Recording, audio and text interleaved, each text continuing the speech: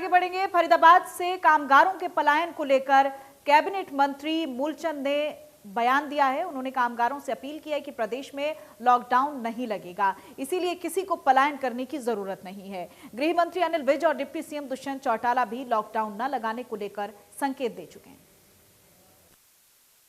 कोई लॉकडाउन नहीं है, कर्फ्यू है। किसी भी आर्थिक गतिविधि को रोकने का काम नहीं किया जा रहा। तो नागरिकों को 10 बजे उनके कार्य बंद करने और 10:30 बजे तक वो अपने घर पहुंच जाए, कि इससे एटलीस्ट जो इवनिंग के अंदर मूवमेंट से एक स्प्रेडिंग की चेन बन रही थी, उसके अंदर इसमें प्राथमिक 5-7 राज्यों में आता है। इसी प्रकार का हमारा फैसला है, हम लॉकडाउन नहीं लगाएंगे, क्योंकि हम चाहते हैं कि ज़िंदगी भी चलती रहे और ज़िंदगी बचती भी रहे। इसलिए कोई किसी में पलायन करने की कोई आवश्यकता नहीं है। सारे कारोबार यथावत चलेंगे, इंडस्ट्रीज भी यथावत चलेंगी। हरियाणा सरकार में मैं मंत्री वजीर कैबिनेट होने के नाते हरियाणा में कोई लॉकडाउन नहीं लगेगा, हरियाणा का औद्योगिक क्षेत्र बंद नहीं होगा। हरियाणा के अंदर जो प्रदेश की सरकार ने 10 बजे तक रखा है, उसमें सुबह से 5 से 10 तक उसके तहत। और वहीं फरीदाबाद में टीकाकरण उत्सव के तहत इंडियन मेडिकल एसोसिएशन ने कैंप का आयोजन किया है। टीकाकरण कैंप में विधायक सीमा त्रिखा भी पहुंची और टीकाकरण के लिए लोगों को प्रोत्साहित किया है। विधायक सीमा त्रिखा ने कहा है कि कैंप आईएमए ने वैक्सीनेशन बढ़ाने को लेकर आयोजित किया है। उन्होंने लोगों से अपील की है कि वो टीकाकरण करवाकर अपना फोटो सोशल मीडिया पर अपलोड करें, जिससे दूसरे लोगों को वैक्सीनेशन के लिए प्रेरणा मिले।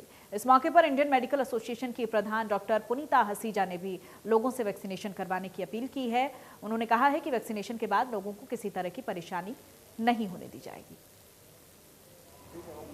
हमारी विधानसभा जो बडकल है, आदरणीय मोदी जी के निर्देश अनुसार और हमारे हरियाणा के मुखिया आदरणीय मनोहर लाल जी के अनुसार कि हम अभी 4 दिन जो वर्तमान में चल रहे हैं, जिसका 4था दिन है, बाबा साहेब अम्बेडकर जी की आज जयंती है, उसकी शुभकामनाएं देती हूँ। पर इन 4 दिनों में टीका उत्सव के रूप में हमें मनाना था, और जिस दिन से टीकाकरण की शुरुआत हुई है तो हमने बडकल विधानसभा का कोई कोना नहीं छोड़ा। आज के लिए विशेष तौर से जहाँ हम खड़े हैं, यहाँ हमारी जो फरीदाबाद का आईएमए का चैप्टर है, उन सारे डॉक्टर्स ने मिलकर के चिमनी बाई धर्मशाला में अरेंज किया। और जैसे कि हमारे प्रधानमंत्री जी ने बोला है कि टीका महोत्सव करना है, तो 13 और 14 तारीख को हम लोगों ने आईएमए की तरफ से यहाँ पे टीकाकरण का एक कैंप लगाया है, जिसमें लोग बढ़ चढ़ कर हिस्सा ले रहे हैं। और हमारी और लोगों से भी निवेदन है कि अपने संबंधी जो 45 साल से ऊपर हैं, उनको ये टीका लगवाएं लाकर, और अपने टीके के बावजूद भी वो अपना ध्यान रखें, मास्क पहनें, सोशल डिस्टेंसिंग करें और हाथों को सैनिटाइज करें। पर एक सरकार से भी गुजारिश करना चाहते हैं, क्योंकि हम देख रहे हैं कि हमें कुछ लोगों को मना करना पड़ रहा है, क्योंकि वो 45 साल से कम है।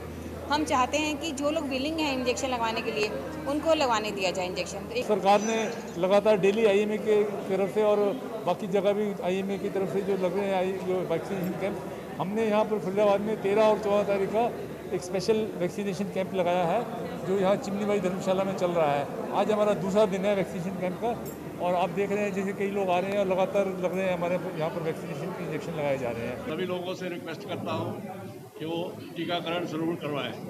किसी तरह का कोई शक शुबा नहीं होना चाहिए दिमाग में। मैं आज 2nd डोज मैंने खुद भी लगवाई है, दोनों ट्रायल डोज भी मैंने लगवाई थी, उस हिसाब से।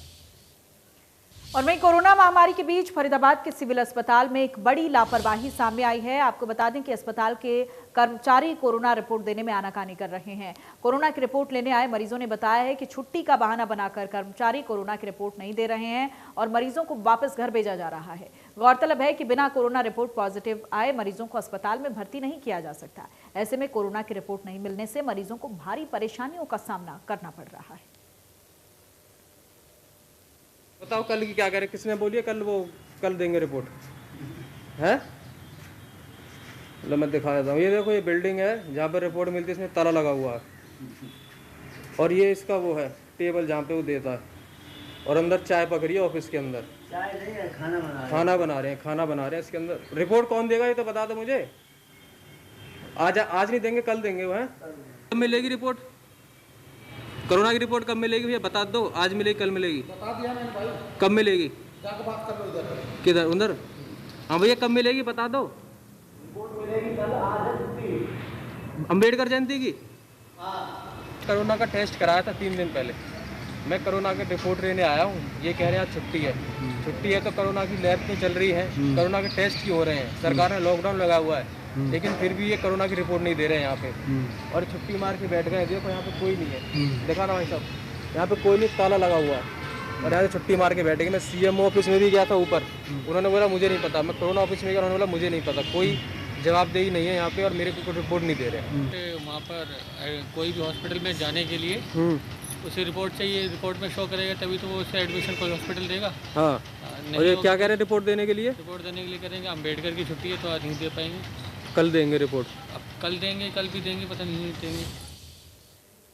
और वहीं फरीदाबाद में गुरुग्राम कैनाल सेक्टर 3 से तिगांव रोड को जोड़ने वाले रोड को 4 लेन करने का निर्माण कार्य शुरू हो चुका है। रोड का शिलान्यास केंद्रीय राज्य मंत्री कृष्णपाल गुर्जर और परिवहन मंत्री मूलचंद शर्मा ने किया। इस रोड के 4 लेन होने में करीब 1,84,65,00,000 रुपए की लागत आएगी, जिससे कि बल्लभगढ़ की जनता को सहूलियत मिलेगी और बल्लभगढ़ फरीदाबाद के बीच कनेक्टिविटी सरल होगी।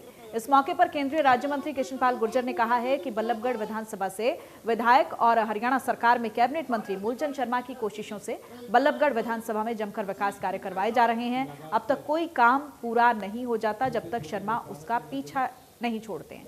वहीं इस दौरान मूलचंद शर्मा ने कहा कि बल्लभगढ़ की जनता ने उन पर विश्वास जताया है, इस विश्वास के बदले वो जनता को विकास देंगे। थोड़ी बात करने नहीं आया, ना किसी की आलोचना करने आया,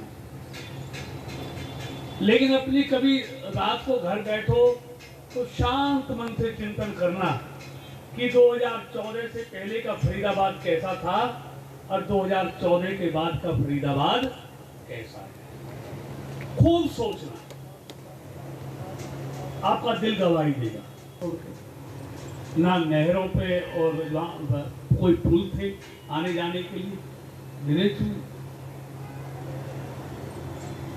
ना सीवर लाइन थी, ना सीवर पानी की निकासी की व्यवस्था थी, ना पीने के पानी की व्यवस्था थी, ना LED लाइटें थी, ना कॉलेज था, ना अच्छे स्कूल थे, ना अच्छे पार्क थे। ऐसा क्या हुआ कि रातों रात पिछले 5-6 साल में आपने देखिए, मैं तो खुद तस्वीर गवाह हूं और आप भी हैं। जब 2014 में अक्टूबर में मैं मूलचंद जी के लिए वोट मांगने आया था, मैंने तब का बल्लभगढ़ भी देखा है और आज का बल्लभगढ़ भी देखा। और वहीं बल्लभगढ़ में अंबेडकर जयंती के कार्यक्रम में शामिल होने के लिए पहुंचे परिवहन मंत्री ने कहा है कि बीजेपी संविधान निर्माता भीमराव अंबेडकर का 130वां जन्मदिन धूमधाम से मना रही है। बल्लभगढ़ में भी अंबेडकर जयंती पर कार्यक्रम आयोजित किए गए हैं। परिवहन मंत्री मूलचंद शर्मा ने बल्लभगढ़ के अंबेडकर चौक पर भीमराव अंबेडकर की प्रतिमा का माल्यार्पण किया है। इसके बाद उन्होंने शहीद गुलाब सिंह सैनी भवन में लोगों को संबोधित किया है। इस दौरान उन्होंने कहा कि जब तक इस धरती पर मानव जीवन रहेगा तब तक भीमराव अंबेडकर का नाम रहेगा। मूलचंद शर्मा ने कहा कि डॉक्टर अंबेडकर किसी विशेष समुदाय से नहीं बल्कि वो 36 बिरादरी के लिए पूज्य हैं। उन्होंने कहा कि आज सभी काम संविधान के अनुसार निर्धारित होते हैं। संविधान को बनाने के लिए डॉक्टर अंबेडकर ने संघर्ष किया और संविधान निर्माण में अपनी महत्वपूर्ण भूमिका निभाई।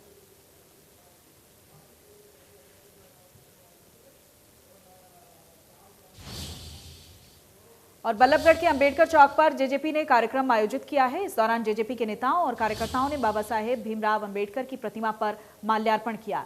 जेजेपी के जिला अध्यक्ष और अन्य पदाधिकारियों ने बाबा साहेब की जयंती पर उन्हें नमन किया और जिला अध्यक्ष तेजपाल डागर ने कहा कि आज हम सबको जरूरत है कि उनके आदर्शों पर चलें, अपने जीवन में उनके बताए गए रास्तों को अपनाने की जरूरत है।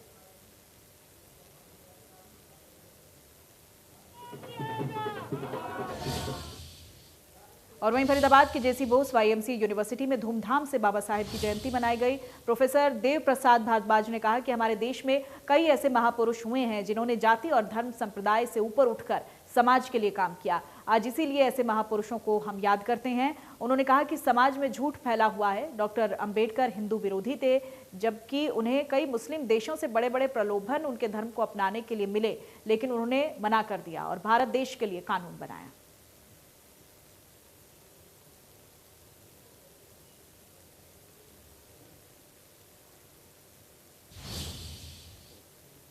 और फरीदाबाद की रहने वाली सुबोध जोशी ने उत्तर प्रदेश लोक सेवा आयोग में डिस्ट्रिक्ट पंचायत राज अफसर में पहली रैंक हासिल की है। इसको लेकर घर में खुशी की लहर है। कैबिनेट मंत्री मूलचंद शर्मा सेक्टर 7 में रहने वाली सुबोध जोशी के घर पहुंचे, शॉल ओढ़ाकर उनको सम्मानित किया।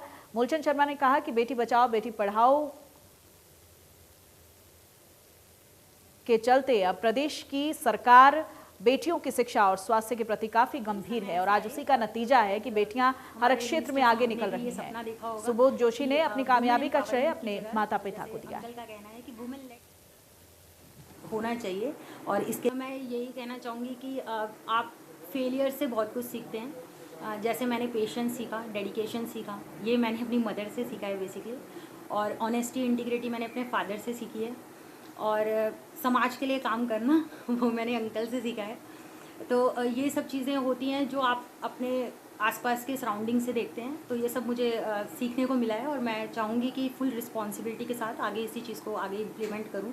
मुझे जब भी लड़कियों का, चाहे वो मेरी लड़की हो और चाहे कोई भी लड़कियाँ हों, जिनको मैं पेपर में पढ़ता हूँ कि इस लड़की ने ये किया, इसने ये किया, इसने ये IAS बन रही है, ये वो बन रही है, मेरे को उनकी शक्ल है, मेरी सर्द और सुबोध मुझे नजर आती है। मेरे लिए कोई खुशी नहीं है। वो लड़कियां जब बनती हैं तभी मुझे खुशी होती है, और आज यदि मेरी लड़की भी बनी है तो भी मुझे खुशी है सर। कि जोशी के जो बच्चों ने जो कमाल करा है, जो उत्तर प्रदेश में जो सिलेक्शन हुआ है बिटिया का, मैं इस बात की बधाई इस परिवार को, माता पिता को बधाई दूँगा कि जिन्होंने अपने बच्चों को पढ़ाई में हौसले को बुलंदी रखा और बेटियों को पढ़ाने का योगदान दिया, और बेटी पढ़ के जो अफसर बनी है, इनको बहुत। और वहीं पृथला के एक कॉलेज में महिला टीचर को किडनैप और रेप करने की कोशिश का मामला सामने आया है। मामले में दुधोला गांव के सरपंच पर आरोप है कि उन्होंने कॉलेज में घुसकर महिला टीचर को किडनैप करने और रेप करने की कोशिश की। पीड़िता टीचर ने मामले की शिकायत पुलिस को दी है। उसके बाद आरोपी सरपंच पर केस दर्ज किया गया है। वहीं मामला दर्ज होने के बाद से आरोपी सरपंच फरार बताया जा रहा है। पीड़िता टीचर की शिकायत के मुताबिक वो 12 अप्रैल को कॉलेज के बच्चों को पढ़ा रही थी। इस दौरान सरपंच क्लास में आया और अश्लील हरकत की। पीड़िता टीचर का आरोप है कि अपनी कोशिश में नाकाम रहने के दौरान उसने किडनैप करने की कोशिश भी की, लेकिन तभी महिला टीचर की बहन मौके पर पहुंच गई, जो इसी कॉलेज में पढ़ाती है। मामले में आरोपी सरपंच ने पीड़िता टीचर को जान से मारने की धमकी भी दी। आरोप है कि सरपंच ने महिला टीचर के कपड़े तक फाड़ डाले। आरोपी सरपंच वारदात के बाद से ही फोन करके राजीनामे के लिए दबाव बना रहा है। महिला टीचर का कहना है कि सरपंच ने राजीनामा न करने पर उसकी फोटो सोशल मीडिया पर वायरल करने की धमकी दी है। पीड़िता का कहना है कि उसका फोन भी सरपंच के पास ही है। वो पहले भी कई बार अश्लील हरकत कर चुका है। पुलिस मामले की जांच कर रही है। आरोपी की तलाश की जा रही है। और इसी के साथ मेट्रो न्यूज फरीदाबाद में इतना ही। नमस्कार।